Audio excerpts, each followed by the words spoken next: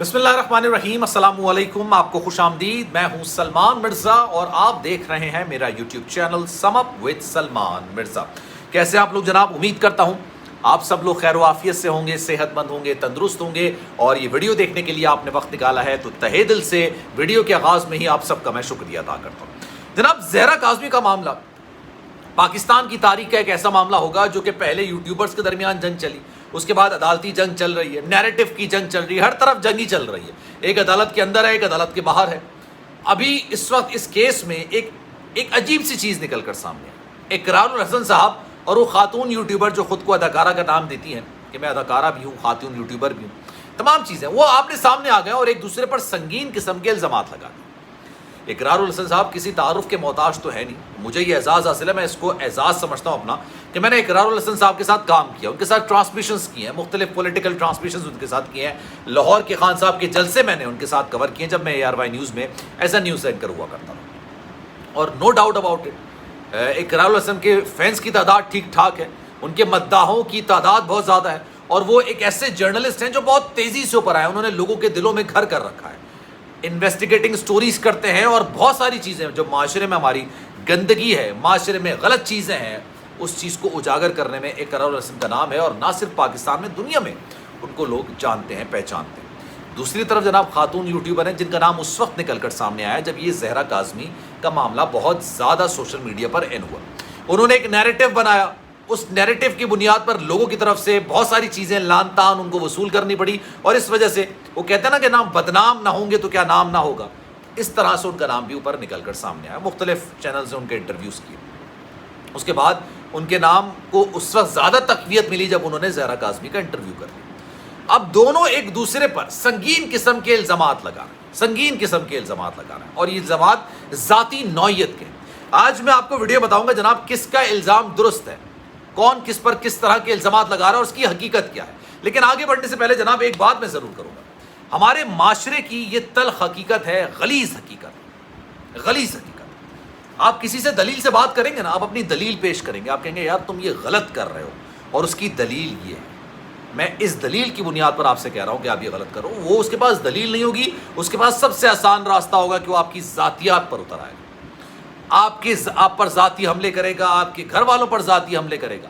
آپ اپنے ارد گرد اٹھا کے دیکھ لیں، اپنے آفس میں، اپنے محلے میں، اپنے رشتہ داروں میں، اپنے گھر میں، یہاں تک کہ آپ کسی کی اصلاح کرنے کی کوشش کریں گے، آپ کو لگے گا کہ وہ غلط چیز کر رہا ہے، آپ اس کو درست کرنے کے لیے کوئی بات کریں گے اور اس کی پراپر جسٹیفیکیشن دلیل آپ کے پاس موجود ہوگی، وہ آپ کی ماں بہن تک چلا جائے، وہ آپ کے ماں باپ تک کی گالیاں دینا شروع کر دے گا، ذاتیات پر اتر آئے گا۔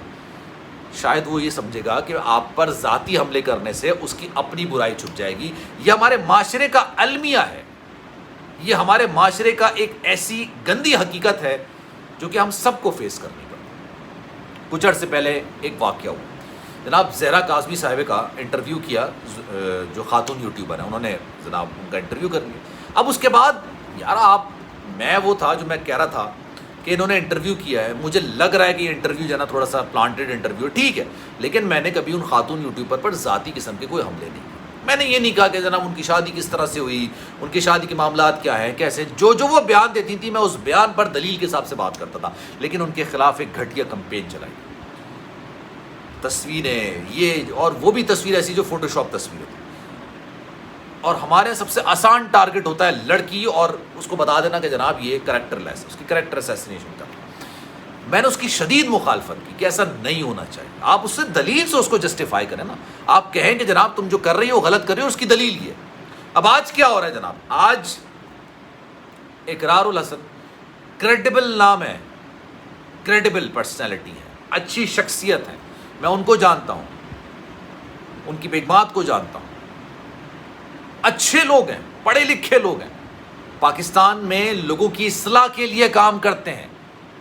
اب ہو کیا رہا ہے، دوسری طرف جو خاتون یوٹیوبر ہیں وہ ان پر انتہا سے زیادہ غلیظ قسم کے الزامات لگا رہے ہیں، کریکٹر اسیسینیشن کر رہے ہیں، یہ ویڈیو، وہ ویڈیو، یہ آڈیو کال، وہ آڈیو کال۔ یار اقرار الحسن صاحب کچھ رسیدیں لے کر آئے، ان رسیدوں کی بنیاد پر انہوں نے کچھ الزامات آپ پر لگائے کہ آپ نے کس طرح سے اس بچی کے نام پر کس طرح سے فنڈز وصول کیے. فنڈز وصول کرنے کے بعد ظہیر انہی فنڈز کو استعمال کر کے اس بچی کو لے کے پورے پاکستان میں گھومتا رہا.